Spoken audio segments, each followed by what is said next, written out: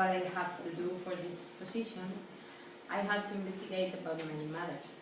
I looked for about my life, my taste, about philosophy, physics theories, lifestyles. But all this investigation came to me to this final part. I love poetry and I love terror, so I decided to talk Annabel Lee. Annabel Lee is a poem of Edgar Allan Poe. But firstly, let me tell us a short biography about Poe. Edgar Allan Poe was an American writer, editor, and literary critic. Poe is best known for his poetry and short stories, particularly his tales of mystery and the macabre.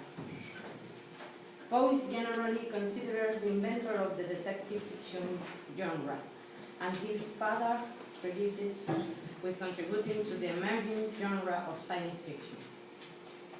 Poe was born in Boston in 1890.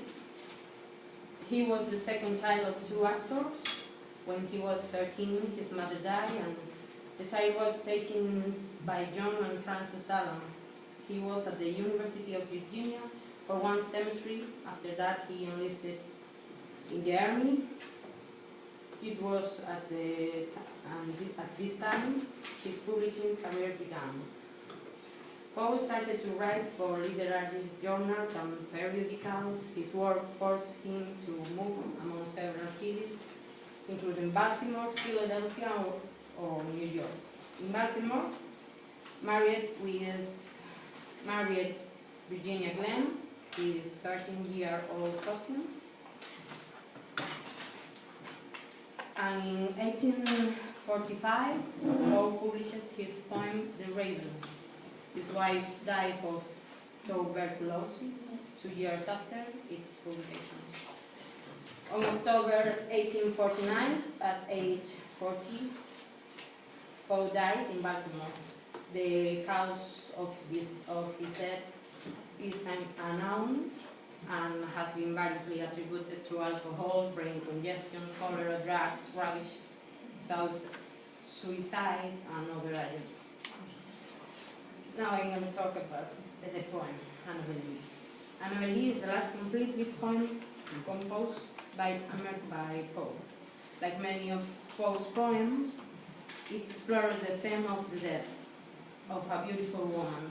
The narrator, who fell in love with Annabel Lee when they were young, has a love for her so strong that even angels are envious. He retains his love for her even after her death. There has been debate over who was the inspiration for Annabel Lee, though many women have been suggested, but Poe's wife, Virginia Eliza Glenn, is one of the more credible candidates. Writing in 1849, it was not published until after Poe's death. Many artists have been influenced for this author, people like the Beatles, Stephen King, The Cure, Iron Maiden, Bob Dylan, Silvio Rodriguez. And well, one of my favorite songs is Annabel Lee, written by Gustavo Auceron, with his group Radio Futura. At the end, I want to recite the poem. I will try to do properly, but my pronunciation so, sorry? Okay. It was many and many a year ago, in a kingdom by the sea, that a maiden there lived, whom you may know by the name of Annabel Lee. In this maiden she lived, with no other thought than to love and be loved by me. I was a child, and she was a child, in this kingdom by the sea, but we loved with a love that was more than love, I and my Annabel Lee, with a love that the winged seraphim of heaven coveted her and me. And this was the reason that long ago in this kingdom by the sea, a wind blew out of a cloud, chilling my beautiful Annabel Lee. so that her high-born kinsman came and bore her away from me to shoot her up in a sepulchre in his kingdom by the sea. The angels not half so happy in heaven when envying her me. Yes, that was the reason. As all we know in his kingdom by the sea, that the wind came out of a cloud by night, chilling and killing like unbelief. But our love, it was stronger by far than the love of those who are older than we, of many far aways than we.